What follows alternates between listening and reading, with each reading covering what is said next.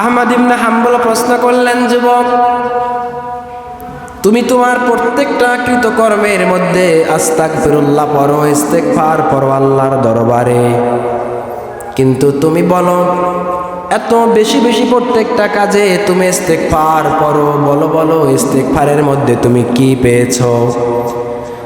যুবক ডাক দেয়া বলে, ও আল্লাহর বান্দা, আমি আমার প্রত্যেকটা কৃতকর্মে ইস্তেগফার পড়ি। আমার ইস্তেগফার পড়ার কারণে আমার আল্লাহ রাব্বুল আলামিন আমাকে মুস্তাজাবুদ দাওয়াত হিসেবে কবুল করেছেন। সুবহানাল্লাহ। মুস্তাজাবুদ দাওয়াত বলা হয় যে আল্লাহর কাছে যখনই দোয়া করে তখনই সে দোয়া কবুল হয়। সুবহানাল্লাহ। এটাকে বলা হয় মুস্তাজাবুদ দাওয়াত। এবার ইমাম আহমদ ইবনে হাম্বল অবাক হয়ে তাকিয়ে আছে। কি বলে যে এই যুবকটা রুটি বিক্রেতা সামান্য, তিনি নাকি আমার মুস্তাজাবুদ দাওয়াত। আমি আহমদ বিন হাম্বল এখনো পর্যন্ত এতগুলো হাদিস চর্চা করলাম, এত আল্লাহর ইবাদত করলাম, আমাকে তো আমার আল্লাহ পাক মুস্তাজাবুদ দাওয়া হিসেবে কবুল করেন নাই। তিনি তাকায় দেখলেন প্রত্যেকটা কর্মের মধ্যে যুবক ইস্তেগফার পড়ে।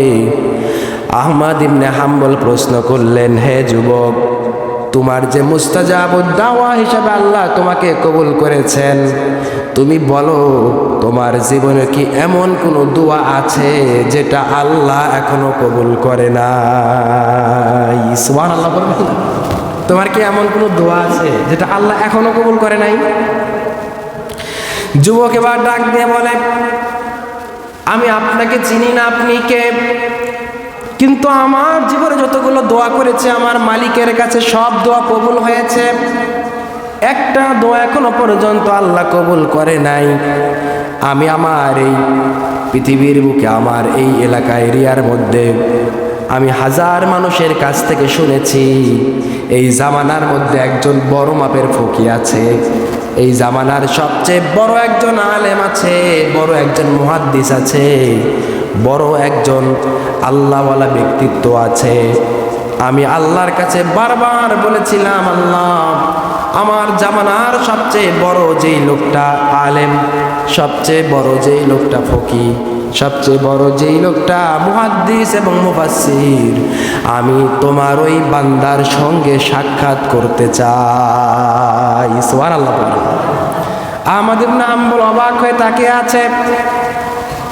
যেই ছেলেটা এই জামানার সবচেয়ে বড় আলেমের সঙ্গে সাক্ষাৎ করতে চায়, আহমদ ইবনে হাম্বল প্রশ্ন করলেন, সেই লোকটার নাম বলো।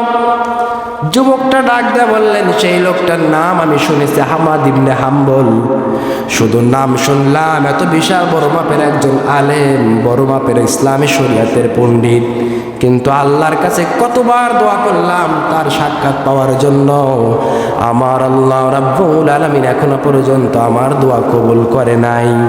আহমদ ইবনে হাম্বল অবাক হয়ে এবার তাকে বলে, রে যুবক ভাই, তুমি যার জন্য আল্লাহর কাছে বারবার দোয়া করেছো, সেই আহমদ ইবনে হাম্বলের সাক্ষাৎ পেয়েছো।